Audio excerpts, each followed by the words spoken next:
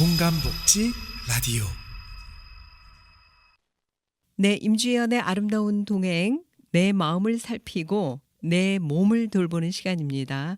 여러분의 몸과 마음에 꼭 필요한 처방을 내려드리는 공감복지와 함께하는 힐링 처방 시간인데요. 자, 오늘은 우리의 몸 건강을 책임져주는 분입니다.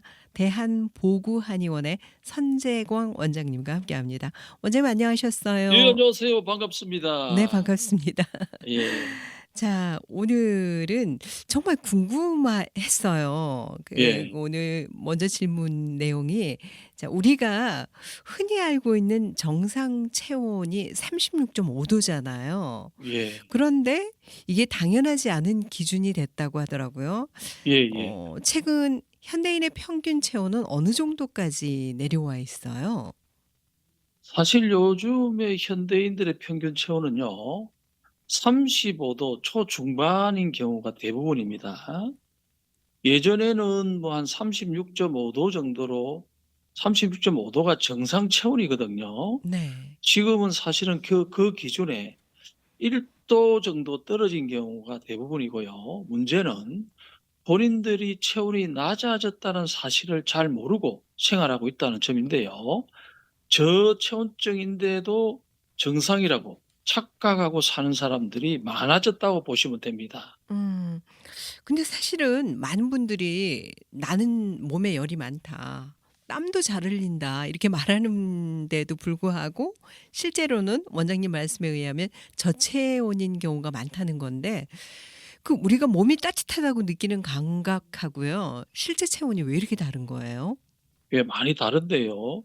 우리가 느끼는 열감은 체온이 아니라 몸과 마음이 예민해져서 약해져서 생기는 자율신경 실조로 인해서 땀을 흘리고 몸이 열이 나는 경우가 많고요.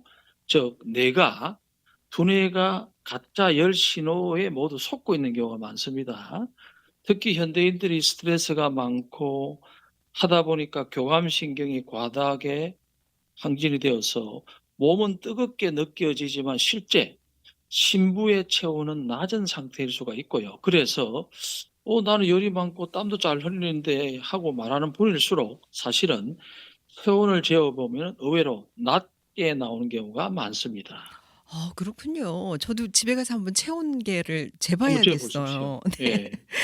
예. 원장님이 쓰신 책을 보니까 "체온이 1도 떨어지면은 면역력이 30% 낮아진다." 이렇게 말씀을 하셨더라고요. 예. 체온 저하가 면역력에 이렇게나 큰 영향을 주는 이유가 있다라는 건데, 조금 좀 쉽게 설명을 해 주신다면 어떤 걸 얘기하시는 걸까요? 예, 이해를 하면 쉬운데요. 체온이라는 것은 말 그대로 인체의 온도거든요. 체온은 생명의 시작이자 끝입니다. 즉 체온이 떨어지게 되면은 인체의 생명력이 약해진 거이기 때문에 면역 기능이 떨어진 거하고 똑같은 상태가 되는데요. 체온은 면역 세포가 활동하는 작업 환경이라고 보시면 되는데요. 36.5 도에서는 면역 세포가 가장 활발하게 움직이지만 체온이 떨어지면은 세포 활동이 둔해지고 바이러스라든가 염증에 대응하는 속도가 늦어집니다. 그래서 단 1도 차이지만 면역에는 30% 가까운 큰 격차가 생기는데요. 극단적인 우리 예로 사람이 죽으면 몸이 차지잖아요. 네. 그와 같다고 보시면 됩니다. 몸이 아. 점점 차가워진다는 것은 건강이 면역이 떨어지고 있다고 생각하시면 됩니다. 네. 이 체온과 면역력이 굉장히 상관관계가 있는 거네요, 그러면요. 그렇죠, 그렇죠. 네. 뭐 감기라든지 또 알레르기 질환뿐만 아니라 뭐 암, 당뇨, 고혈압, 치매까지도 이 낮은 체온과 연관이 있다고 하던데요. 그럼 체온 저하가 만병의 원인이 될 수 있다라는 거잖아요. 그렇죠, 그렇죠. 요것도 네. 이해하시면 수월한데요. 감기나 암, 하물며 치매까지도 특히 감기도 면역, 암도 바이러스의 면역, 치매도 노화로 인해서 면역이 떨어져서 뇌 활동이 저하돼서 생기는 큰 틀에서 보면은 면역력이 떨어져서 생기는 경우가 대부분인데요. 왜냐하면 체온이 저하가 되면은 면역력이 저하되니까 감기도 쉽게 걸리고 암에 대한 바이러스도 생길 수밖에 없겠죠. 또한 이제 체온을 이해하게 되면 체온이 낮아지면요, 혈관이 수축해요. 그렇게 되면 가장 먼저 이제 혈액순환이 전신으로 나빠지게 되고, 그러다 보면 피가 혈액이 잘 돌지 않으면서 산소라든가 영양분이 전신에 제대로 전달되지도 못하게 음. 되고, 또 노폐물, 독소가 몸에 쌓일 수밖에 없죠. 이 과정이 이제 처음에는 반복이 되면 처음에 통증이 생겨요. 그러다 보면 염증이 생기고, 그다음에 이제 대사 장애가 생기면서 면역의 이상으로 이어지고, 그 결과로 이제 쉽게 감기가 걸린다든가 음. 알레르기 내지는 당뇨, 고혈압, 심지어 암이라든가 치매까지 연결될 수 있는 건데요. 결국 체온은 몸 전체의 건강의 시작이자 끝이라고 할 수 있습니다. 체온이 굉장히 중요하네요. 네. 네. 그 주변에요. 많은 분들이 아침마다 몸이 찌뿌둥하다 이렇게 아니면 또 늘 피곤하다라고 호소하시는 분들 같은 경우에도 이런 일상적인 증상들도 혹시 저체온증하고 관계가 있는 걸까요? 예, 그것도 그럴 가능성이 굉장히 높은데요. 저체온증이 되면은 1 단계가 바로 만성 피로입니다. 아 네. 저체온증은 혈관이 수축되어서 혈액순환이 나빠지기 때문에 아무리 잠을 자도 피곤이 풀리지 않는 몸이 될 수밖에 없는데요. 아침에 자고 나서도 몸이 무겁고 개운하지 않다는 것은 실제로 자는 사이에 체온이 떨어지거나 냉증이 몸에 있어서 혈액순환이 제대로 작동하지 않아서 회복이 안 되었다는 신호이거든요. 특별한 병이 없는데도 늘 피곤하고 만성 피로가 계속이 된다면은 혹시 내 몸이 체온이 떨어진 저체온증이나 냉증이 있는지 없는지를 잘 살펴보는 것이 도움이 될 것 같습니다. 네. 그러면은 우리가 보통 인제 열이 많고 땀이 많은 체질인 경우가 있잖아요. 그런 그렇죠. 경우는 그러면은 좀 덜 위험한가요? 그렇죠. 요것도 좀 어려운 네네네. 내용인데요. 일반적으로 현대인들이 막 열이 많아서 찬 걸 너무 많이 먹잖아요. 땀도 많이 흘리고. 이거는 네네. 어떤 사람들은 그것이 몸에 열이 많고 체온이 높은지 아는데 아닙니다. 정반대입니다. 열이 많고 음. 땀이 난다는 것은 특히 하복, 아랫배라든가 손발이 냉증이 있어서 위로, 상부로 이래 나쁜 열이 발생하거나, 또한 체온이 떨어져서 몸이 따뜻하게 체온을 올려야 되거든요. 면역력 때문에. 데우려는 정상 때문에 열이 발생되는 경우가 많습니다. 그러다 보니까 아랫배라든가 다리가 냉하거나 저체온증이 있는 분들은 머리나 가슴으로 열이 발생해서 땀을 흘리게 되는데요. 즉, 땀이 많다는 것은 몸속에 열이 계속 빠져나오고 있다는 뜻이고요. 이런 분들은 한 것을 드실 것이 아니라 따뜻한 물이나 차를 드시면서 몸을 데워줘야 저체온증과 냉증이 없어지면 그것이 해결이 될 수 있습니다. 네. 그러니까 열이 많고 땀이 많은 체질이 오히려 위험한 거네요. 그렇죠, 그러면은. 그렇죠. 문제가 네. 될 수가 있습니다. 아 네. 그 특히나 인제 현대인이 90%가 저체온 상태라는 이야기가 상당히 저는 충격적으로 들리기도 하는데 예. 우리가 지금의 생활 환경이나 습관 중에서 체온을 가장 많이 떨어뜨리는 요인은 뭘까요? 뭐 옷을 따뜻하게 입어야 되나요? 어떻게 해야 되나요, 원장님? 그렇죠. 네. 현대인들은 진짜 90% 이상이 체온이 떨어지는 이유가 네. 생활 습관에 문제가 있습니다. 음. 왜냐하니까 현대인들은 옛날에 비해서 과도한 스트레스를 받고 있고요.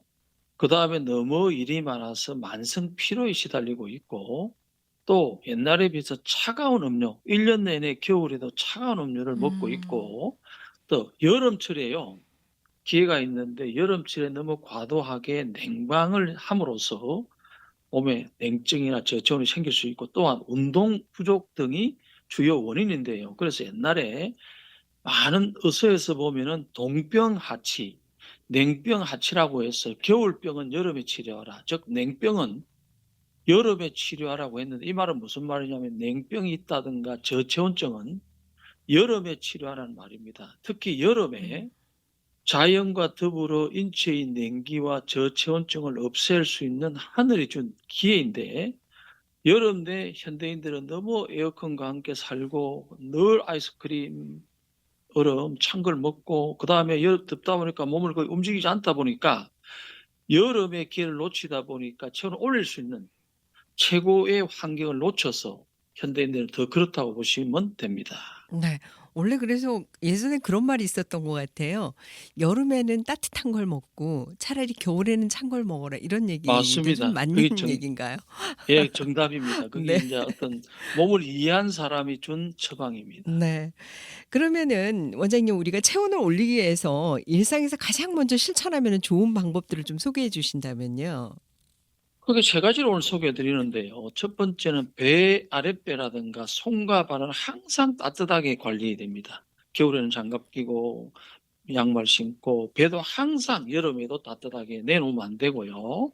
에어컨 쐬고 이러면 안 되고 바람이라. 두 번째는 하루 단 10 분이라도 햇볕을 쬐면서 걸어 주는 것이 좋고요. 네. 세 번째는 찬 음식, 그건 될 수 있으면 먹지 말고 될 수 있으면 따뜻한 음식, 따뜻한 물, 차를 자주 마셔서 냉증이나 저체온증을 없애줘야 되고요.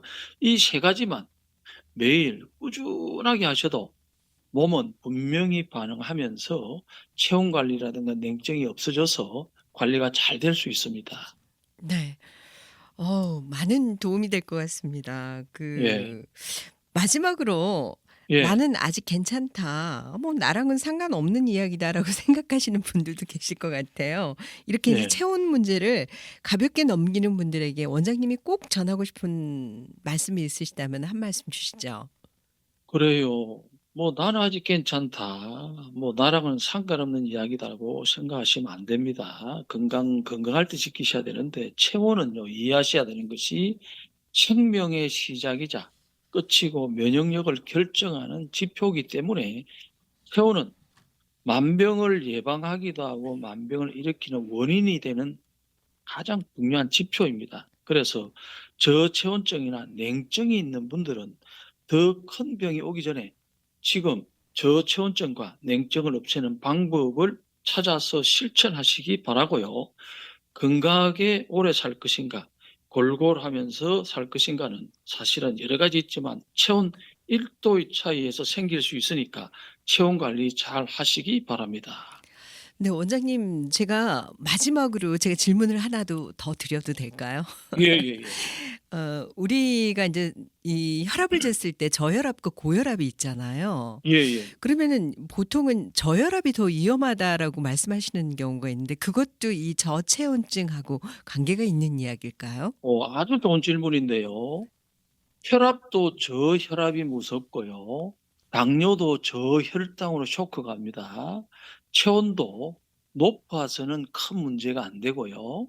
체온이 낮아질 적에 1 도만 낮아져도 암이 생길 수 있는 몸이 되고 네. 37도 전후에서 몸은 정화해서 발열해서 몸을 염증이라든가 통증을 제거하기 때문에 사실은 저체온증이 굉장히 위험합니다.